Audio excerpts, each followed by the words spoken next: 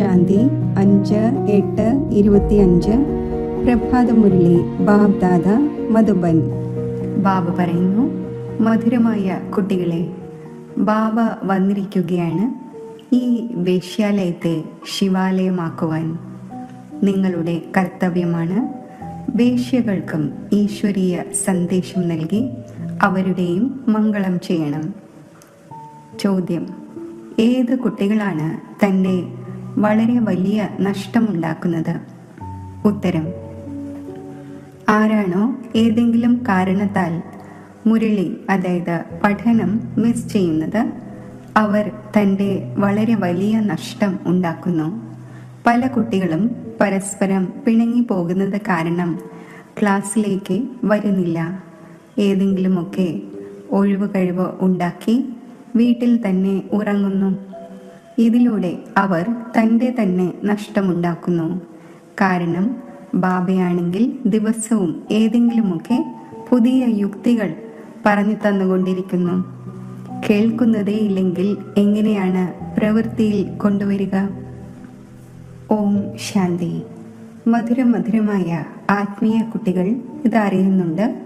ഇപ്പോൾ നമ്മൾ വിശ്വത്തിൻ്റെ അധികാരിയാകുന്നതിനായി പുരുഷാർത്ഥം ചെയ്തുകൊണ്ടിരിക്കുന്നു. മായയും മറവിയുണ്ടാക്കുന്നു.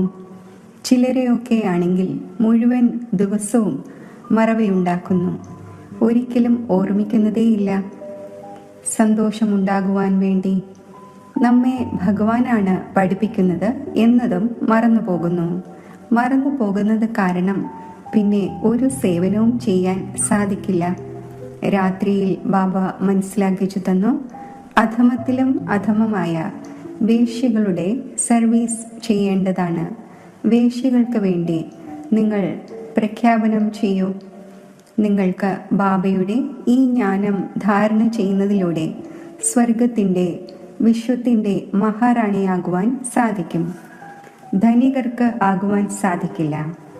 ആരാണോ അറിയുന്നവരും വിദ്യാസമ്പന്നരും ആയവർ, അവർ ഇവർക്ക് ജ്ഞാനം നൽകുന്നതിൻ്റെ തയ്യാറെടുപ്പുകൾ ചെയ്യണം.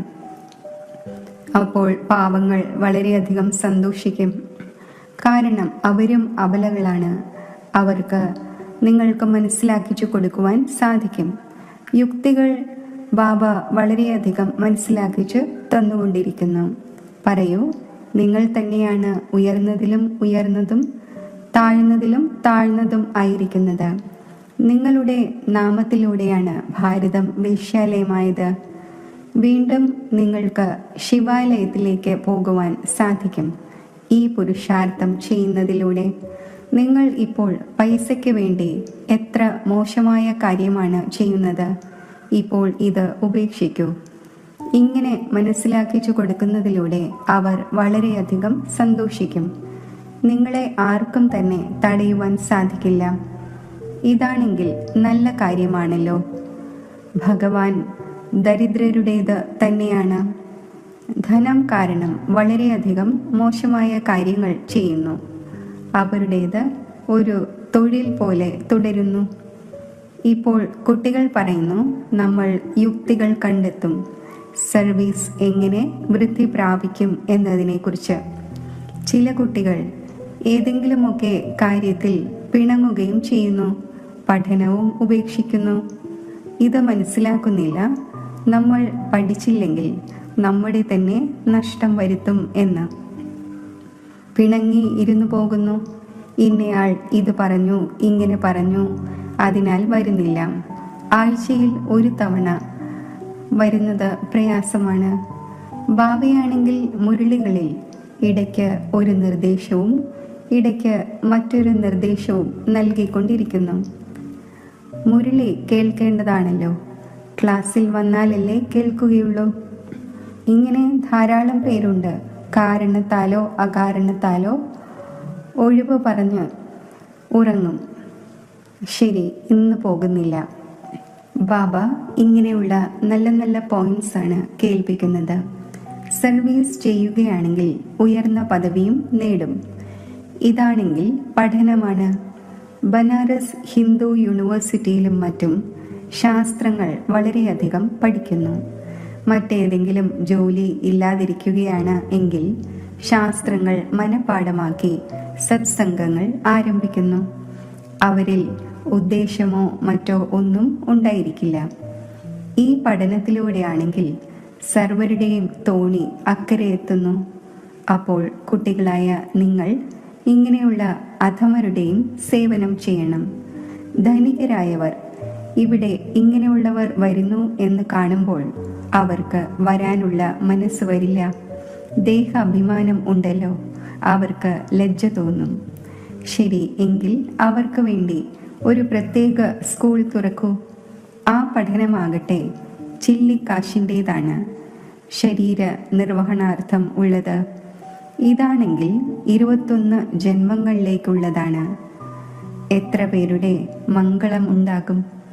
പലപ്പോഴും മാതാക്കളും ചോദിക്കുന്നു, ബാബ വീട്ടിൽ ഗീതാ പാഠശാല തുറക്കട്ടെ. അവർക്ക് ഈശ്വരീയ സേവനത്തിൻ്റെ താല്പര്യം ഉണ്ടായിരിക്കുന്നു. പുരുഷന്മാരാണെങ്കിൽ ഇവിടെയും അവിടെയും ക്ലബിലും മറ്റും ചുറ്റി നടക്കുന്നു. ധനികർക്കാണെങ്കിലോ ഇവിടം തന്നെയാണ് സ്വർഗം. എത്ര ഫാഷനും മറ്റും ചെയ്തുകൊണ്ടിരിക്കുന്നു. എന്നാൽ ദേവതമാരുടേത് നോക്കൂ, എത്ര നാച്ചുറൽ ബ്യൂട്ടിയാണ്, എത്ര വ്യത്യാസമുണ്ട്. അതുപോലെ ഇവിടെ നിങ്ങളെ സത്യം കേൾപ്പിക്കുകയാണ്. അപ്പോൾ എത്ര കുറച്ചു പേരാണ് വരുന്നത്, അതും ദരിദ്രരാണ്. ആ ഭാഗത്തേക്ക് ഉടൻ പോകുന്നു. അവിടെയും അലങ്കാരവും മറ്റും ചെയ്താണ് പോകുന്നത്. ഗുരുക്കന്മാരും വിവാഹ നിശ്ചയം നടത്തിക്കുന്നു. ഇവിടെയും ആരുടെയെങ്കിലും വിവാഹ നിശ്ചയം നടത്തിക്കുന്നുവെങ്കിൽ അതും രക്ഷപ്പെടുത്താനാണ്. കാമചിതയിൽ കയറുന്നതിൽ നിന്നും രക്ഷപ്പെടട്ടെ. ജ്ഞാനചിതയിലിരുന്ന് പദമം ഭാഗ്യശാലിയായി മാറട്ടെ. മാതാപിതാക്കളോട് പറയുന്നു, ഈ പാഴാക്കുന്നതിൻ്റെ തൊഴിൽ ഉപേക്ഷിച്ച് സ്വർഗത്തിലേക്ക് പോരൂ. അപ്പോൾ പറയും, എന്തു ചെയ്യട്ടെ, ഈ ലോകത്തുള്ളവർ നമ്മളോട് പിണങ്ങും, പിന്നെ കുലത്തിൻ്റെ പേര് ചീത്തയാക്കുന്നു എന്ന് പറയും. വിവാഹം കഴിപ്പിക്കാതിരിക്കുന്നത് നിയമവിരുദ്ധമാണ്. ലോക മര്യാദകളും കുലത്തിൻ്റെ മര്യാദകളും ഉപേക്ഷിക്കുന്നില്ല. ഭക്തി മാർഗത്തിൽ പാടുന്നു, എൻ്റേത് ഒന്ന്, രണ്ടാമതായി ആരുമില്ല. മീരയുടെയും ഗീതമുണ്ട്. ഫീമെയിൽസിൽ നമ്പർ 1 ഭക്ത മീരയും മെയിൽസിൽ നാരദനും എന്ന് പാടപ്പെട്ടിട്ടുണ്ട്. നാരദൻ്റെയും കഥയുണ്ടല്ലോ. നിങ്ങളോട് പുതിയ ഏതെങ്കിലും വ്യക്തി പറയുകയാണ്, എനിക്ക് ലക്ഷ്മിയെ വരിക്കുവാൻ സാധിക്കും എന്ന്. എങ്കിൽ പറയൂ, സ്വയം തന്നെ നോക്കൂ, യോഗ്യമാണോ? പവിത്രവും സർവഗുണ സമ്പന്നവുമാണോ? ഇതാണെങ്കിൽ വികാരിയും പതീതവുമായ ലോകമാണ്. ബാബ വന്നിരിക്കുകയാണ് അതിൽ നിന്നും മാറ്റി പാവനമാക്കുവാൻ. പാവനമാകൂ, അപ്പോഴാണ് ലക്ഷ്മിയെ വരിക്കാൻ യോഗ്യനാകുവാൻ സാധിക്കുന്നത്.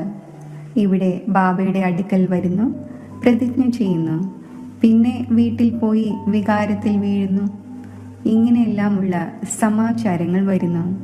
ബാബ പറയുന്നു, ഇങ്ങനെയെല്ലാമുള്ളവരെ ഏത് ബ്രാഹ്മണിയാണോ കൊണ്ടുവരുന്നത് അവരുടെ മേലും പ്രഭാവം ഉണ്ടാകുന്നു. ഇന്ദ്രസഭയുടെ കഥയുമുണ്ടല്ലോ. അപ്പോൾ കൊണ്ടുവരുന്നവർക്കും ശിക്ഷയുണ്ടാകുന്നു. ബാബ ബ്രാഹ്മണിമാരോട് എപ്പോഴും പറയുന്നു, അപക്വമായവരെ കൊണ്ടുവരാതിരിക്കൂ. നിങ്ങളുടെ അവസ്ഥയും വീണുപോകും. കാരണം നിയമവിരുദ്ധമായിട്ടാണ് കൊണ്ടുവന്നത്. വാസ്തവത്തിൽ ബ്രാഹ്മണിയാകുന്നത് വളരെ സഹജമാണ്. 10-15 ദിവസത്തിൽ ആകുവാൻ സാധിക്കും.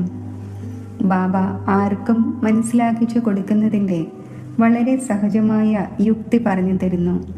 നിങ്ങൾ ഭാരതവാസികൾ ആദി സനാതന ദേവീദേവതാ ധർമ്മത്തിലേതായിരുന്നു, സ്വർഗവാസിയായിരുന്നു. ഇപ്പോൾ നരകവാസിയാണ്. വീണ്ടും സ്വർഗവാസി ആകണമെങ്കിൽ ഈ വികാരങ്ങൾ ഉപേക്ഷിക്കൂ. കേവലം ബാബയെ ഓർമ്മിക്കൂ. അപ്പോൾ വികർമ്മങ്ങൾ വിനാശമാകും. എത്ര സഹജമാണ്. പക്ഷേ ചിലർ തികച്ചും മനസ്സിലാക്കുന്നില്ല. സ്വയം തന്നെ മനസ്സിലാക്കുന്നില്ല. അപ്പോൾ മറ്റുള്ളവരെ എന്ത് മനസ്സിലാക്കിക്കും? വാനപ്രസ്ഥ അവസ്ഥയിൽ പോലും മോഹത്തിൻ്റെ ചരടുകൾ ഉണ്ടായിക്കൊണ്ടിരിക്കുന്നു. ഇക്കാലത്ത് വാനപ്രസ്ഥ അവസ്ഥയിൽ ഇത്രത്തോളം പോകുന്നില്ല. തമോ പ്രധാനമാണല്ലോ. ഇവിടെ തന്നെ കുടുങ്ങിയിരിക്കുന്നു. മുൻപ് വാനപ്രസ്ഥികളുടെ വലിയ വലിയ ആശ്രമങ്ങൾ ഉണ്ടായിരുന്നു. ഇക്കാലത്ത് ഇത്രയും ഇല്ല. 80-90 വയസ്സായാൽ പോലും വീട് ഉപേക്ഷിക്കുന്നില്ല. ഇത് മനസ്സിലാക്കുന്നതേയില്ല. വാണിക്ക് ഉപരി പോകണം.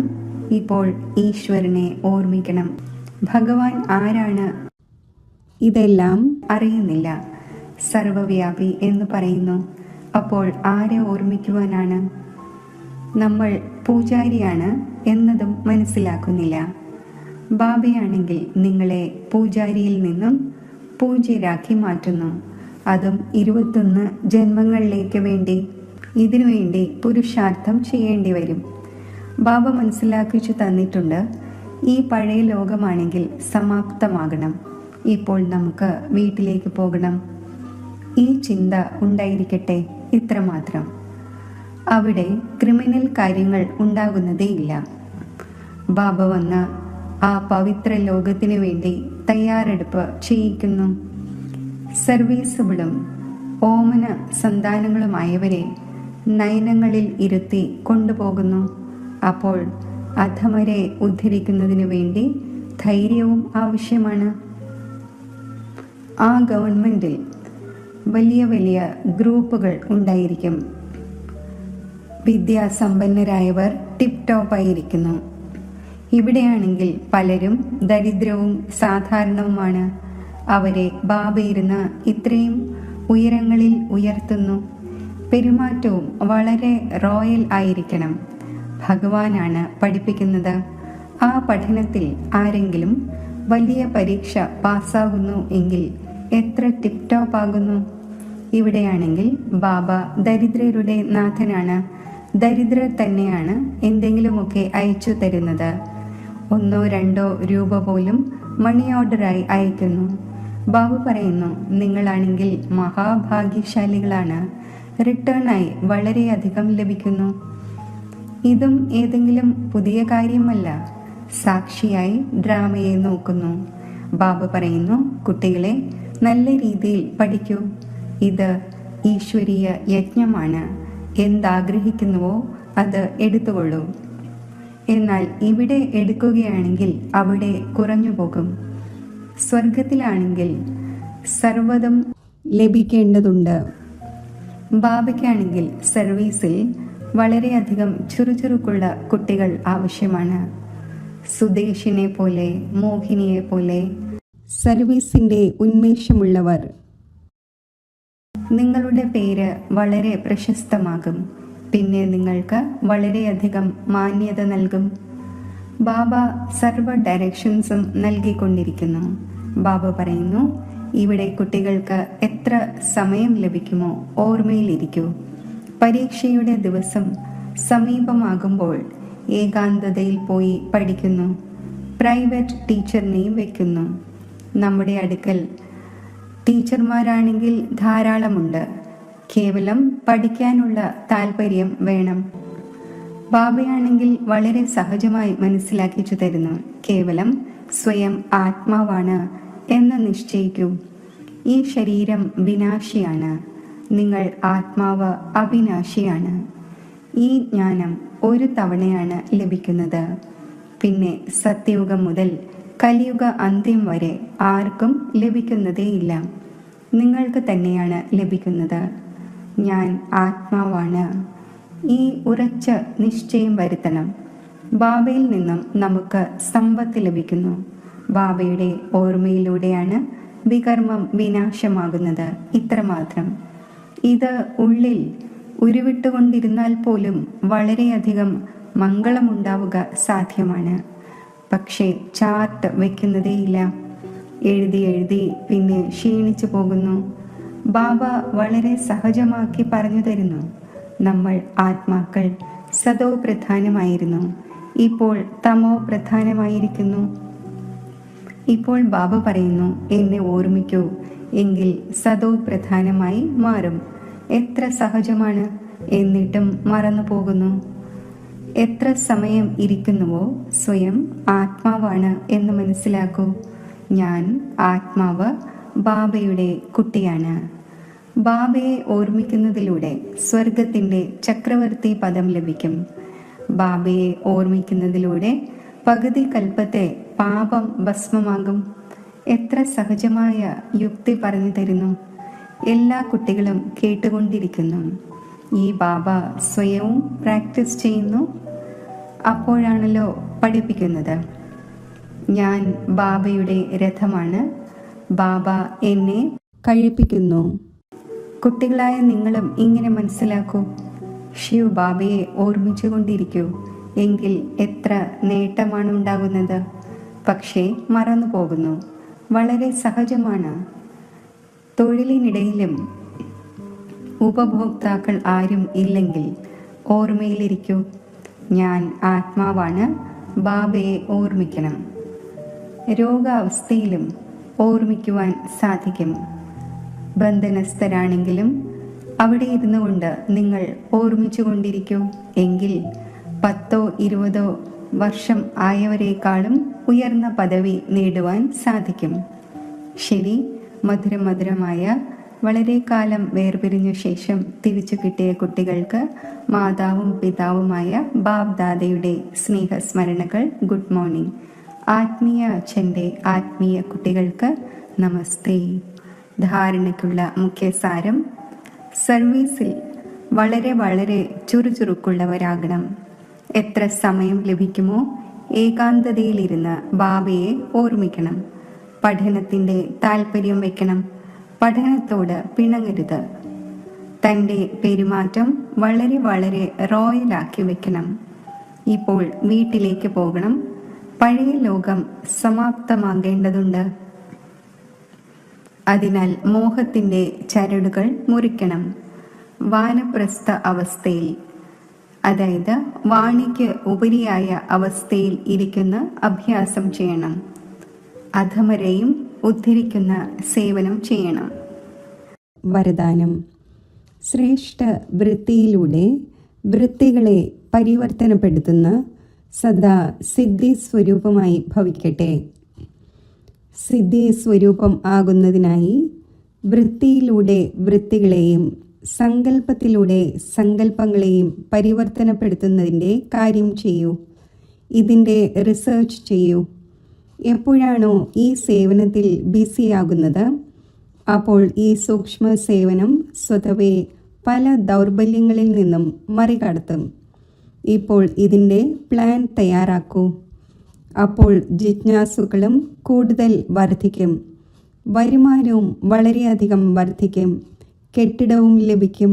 എല്ലാ സിദ്ധികളും സഹജമായി ഉണ്ടാകും. ഈ വിധി സിദ്ധി സ്വരൂപം ആക്കി മാറ്റും. സ്ലോഗൻ: സമയത്തെ സഫലമാക്കിക്കൊണ്ടിരിക്കൂ.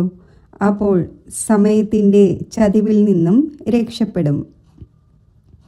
അവ്യക്ത സൂചന: സഹജയോഗി ആകണമെങ്കിൽ പരമാത്മാ സ്നേഹത്തിൻ്റെ അനുഭവിയാകൂ. ബാബയ്ക്ക് കുട്ടികളോട് ഇത്രമാത്രം സ്നേഹമുണ്ട്. അത് കാരണം ദിവസവും സ്നേഹത്തിൻ്റെ റെസ്പോൺസ് നൽകുന്നതിനായി ഇത്രയും വലിയ കത്ത് എഴുതുന്നു. സ്നേഹസ്മരണകൾ നൽകുന്നു. കൂട്ടുകാരനായി സദാ കൂട്ടുകെട്ട് നിറവേറ്റുന്നു. അപ്പോൾ ഈ സ്നേഹത്തിൽ തൻ്റെ സർവ ദൗർബല്യങ്ങളും ബലിയർപ്പണം ചെയ്യൂ. പരമാത്മാ സ്നേഹത്തിൽ ഈ വിധം ലയിച്ചിരിക്കൂ. ഒരിക്കലും പരിധിയുള്ള പ്രഭാവത്തിന് അതിൻ്റെ നേർക്ക് ആകർഷിക്കുവാൻ കഴിയാത്ത തരത്തിൽ സദാ പരിധിയില്ലാത്ത പ്രാപ്തികളിൽ മഗ്നമായിരിക്കൂ. അതിലൂടെ ആത്മീയതയുടെ സുഗന്ധം അന്തരീക്ഷത്തിൽ വ്യാപിക്കട്ടെ. ഓം ശാന്തി. മെഡിറ്റേഷൻ.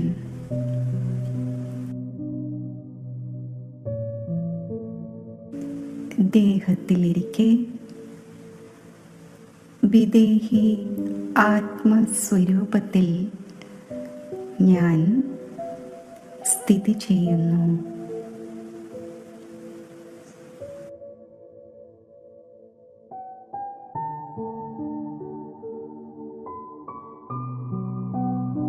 മസ്തകത്തിൽ തിളങ്ങുന്ന ജ്യോതിയായി സ്വരാജ്യ സിംഹാസനത്തിൽ സ്ഥിതി ചെയ്യുന്നു.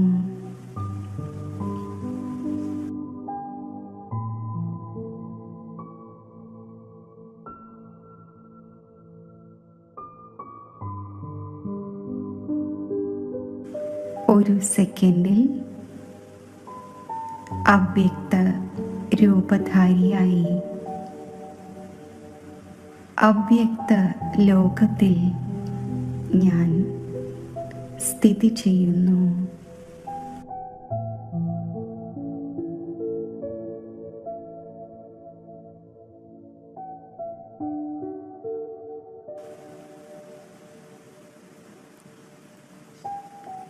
ശീതള പ്രകാശമയമായ ഈ അവ്യക്ത ദേശത്തിൽ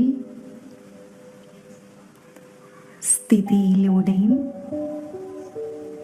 സങ്കല്പത്തിലൂടെയും ഉള്ള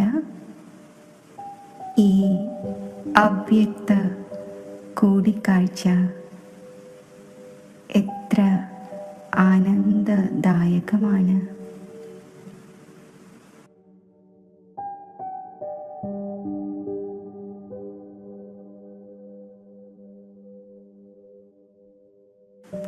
ബാപ്പ് ദാദയുടെ വരദാനി ദൃഷ്ടി എന്നിൽ പതിക്കുമ്പോൾ ഞാൻ അതീവ ഭാരരഹിതമാകുന്നു.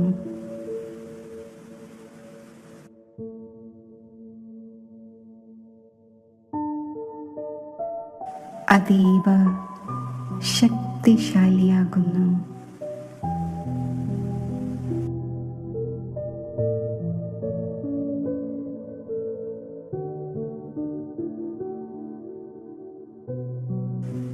അതിസൂക്ഷ്മവും ശക്തിശാലിയുമായ ലൈറ്റ് മൈറ്റ് സ്വരൂപത്തിൽ ഞാൻ സ്ഥിതി ചെയ്യുന്നു.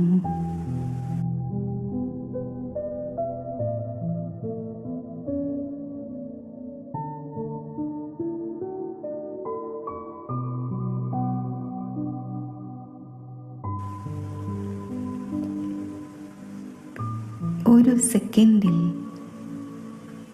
എൻ്റെ നിരാകാരി സ്വരൂപം ധാരണ ചെയ്ത് നിരാകാരി ദേശത്തിൽ ഞാൻ എത്തിച്ചേരുന്നു.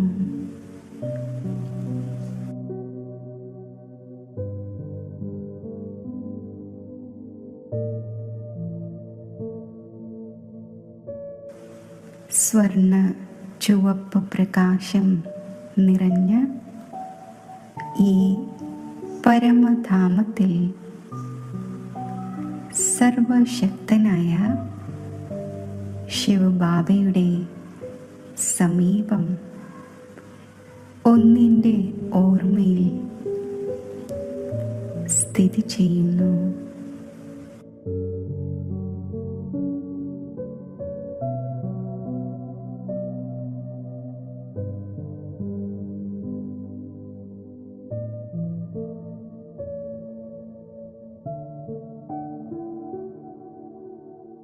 ബാബയുടെ തേജസ്വി സൂക്ഷ്മ സ്വരൂപ സ്മൃതിയിൽ മഗ്നമാകുന്നു.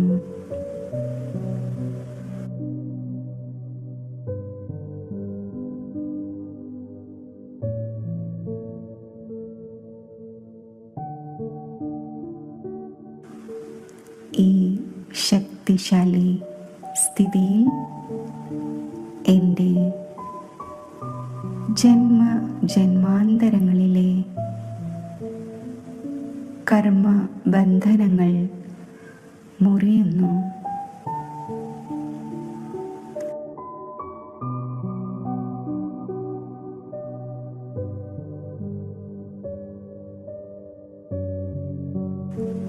പൂർവജന്മ വികർമ്മങ്ങൾ ഭസ്മമാകുന്നു.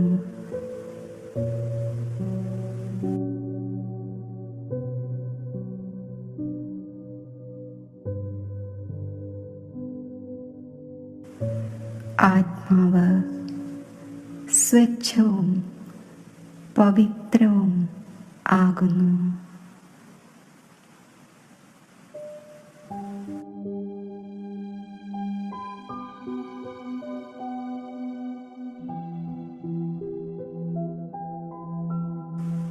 ഈ അതീവ സ്വച്ഛമായ സ്ഥിതിയിൽ വീണ്ടും അവ്യക്ത ദേശത്തിൽ ഞാൻ അവ്യക്ത ബാപ് ദാദയുടെ സന്മുഖത്ത് സ്ഥിതി ചെയ്യുന്നു.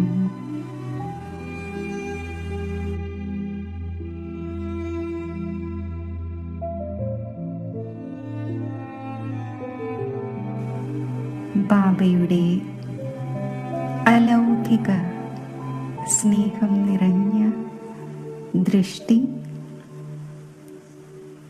എൻ്റെ ഉള്ളിൽ ഈശ്വരീയ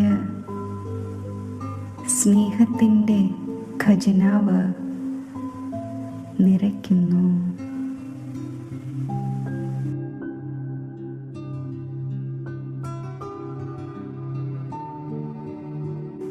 ഈ അവ്യക്ത മിലനത്തിൻ്റെ അവ്യക്ത അനുഭവം സ്വീകരിച്ച് വീണ്ടും വിദേഹി സ്വരൂപത്തിൽ ദേഹത്തിലേക്ക് അവതരിക്കുന്നു.